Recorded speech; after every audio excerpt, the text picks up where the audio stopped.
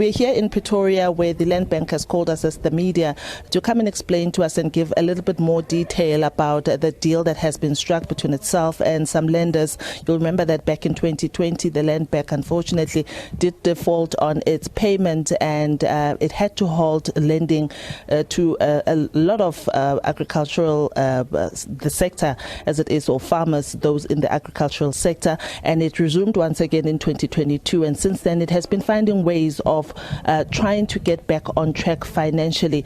I'm joined now by the CEO, Mr. Themba Rikhotso, who's going to explain to us in a simple way how exactly this new deal is going to be structured and how is this going to impact on the farmers and the lending criteria that they will have to the agricultural sector going forward. Mr. Rikhotso, thank you so much for your time. In the simplest of terms, firstly, maybe let's go a little bit back to how we got here in 2020 when you started to default. What had happened? Okay, thank you, Liabo. Yeah, well, of course, what happened in 2020 was quite unfortunate. What happened was that there was one particular payment that the Land Bank had to make at that time. Unfortunately, there wasn't enough liquidity at the point in time to make the payment, and it defaulted, meaning it failed to make that particular one payment.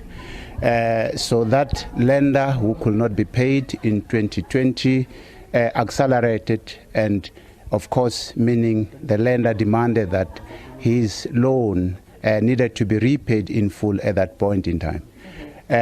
Because of that particular one default, we had a cross-default clauses, which then meant that the entire loan book of the Land Bank actually got defaulted because of that one small loan. And at that time, obviously, it was at the height of COVID, and everyone was trying to figure out ways of keeping their heads above water. From your knowledge, your clients, how were they impacted when you had to now stop all lending at that time, and how did that impact their repayments to you? Yeah, of course, the clients got affected quite badly. As you know, the Land Bank, as a dedicated development financial institution in the agricultural sector, was a main lender at the point in time. If you look at the debt book at that point in time, the Land Bank had more than 25% of the agricultural debt at the point in time. When the Land Bank went into default, it meant that many lenders who were dependent on the Land Bank wouldn't access financing in the debt capital market. They wouldn't be able to be assisted by the Land Bank.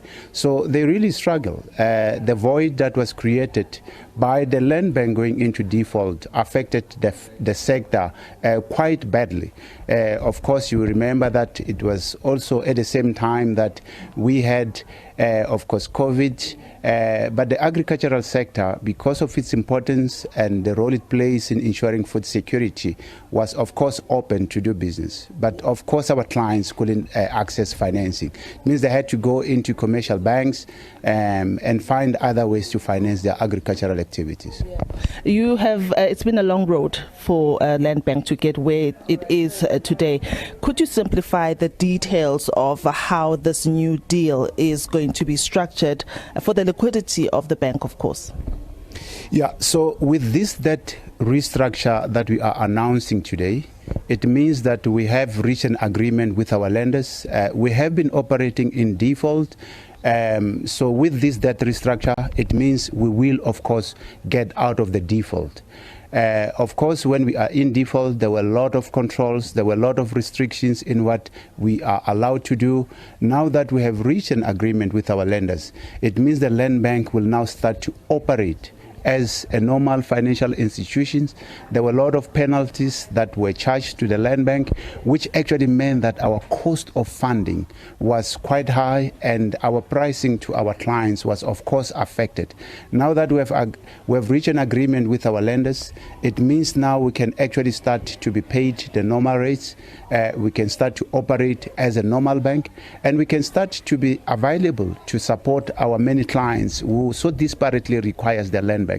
Of course, the Land Bank, as a dedicated DFI in the sector, it's able to give patient capital to our clients, is able to give affordable financing.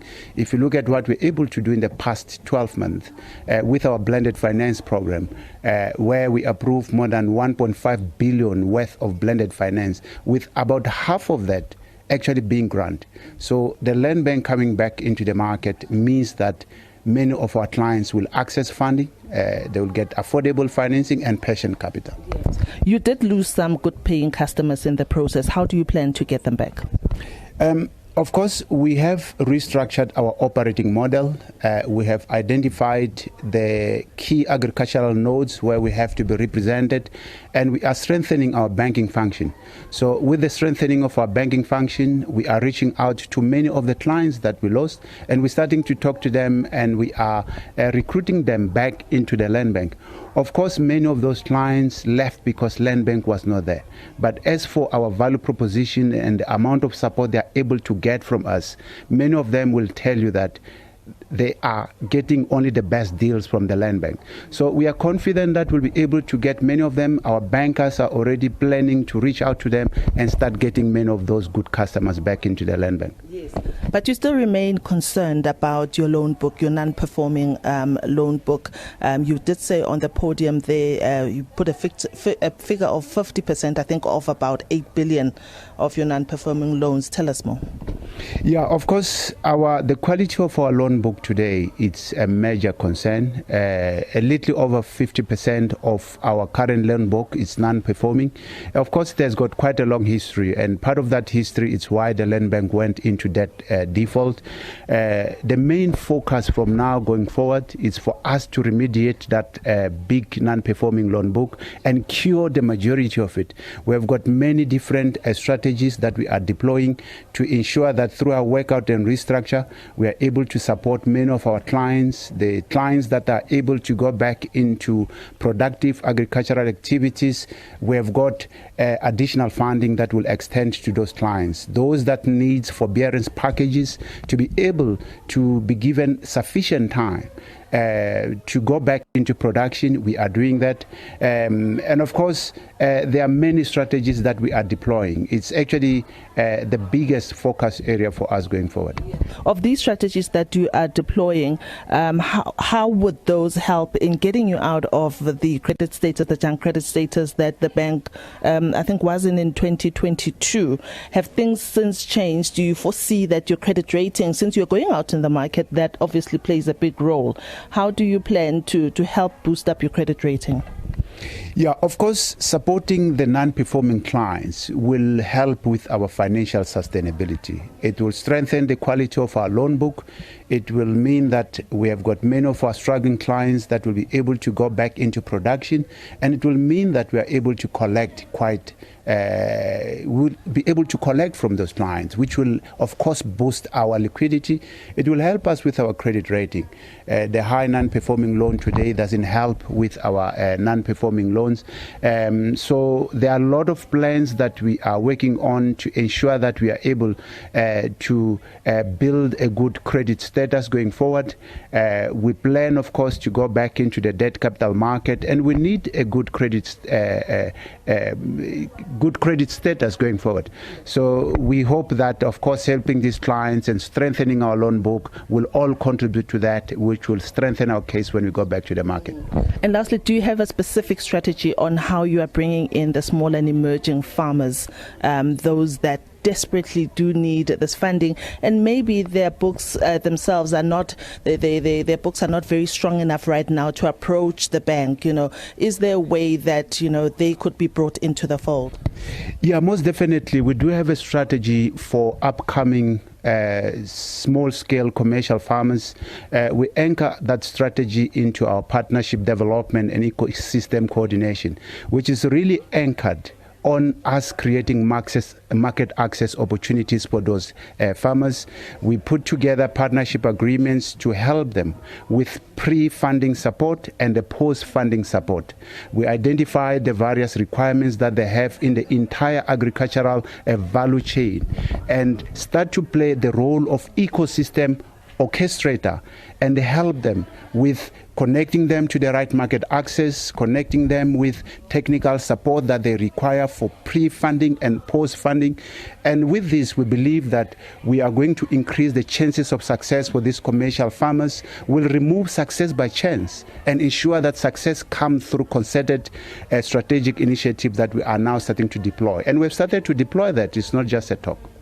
Mr. Rikhotso, thank you for your time, and we do wish you well. Thank you very Thank you. I've been speaking to the CEO here at the Land Bank. We invited this morning to a briefing talking about the kind of details or the kind of plans that they now have. Remember, I did mention in the beginning that they did default and this had a ripple effect, but things seems to be come to a better start, and Mr. Rikhotso detailing some of the plans to help them stay on course. And we did have the Minister of Finance coming in earlier to endorse what the Land Bank has done, as well as the measures that they have put in place in order to stay or keep their heads above water. And with that, let me hand over back to you in studio.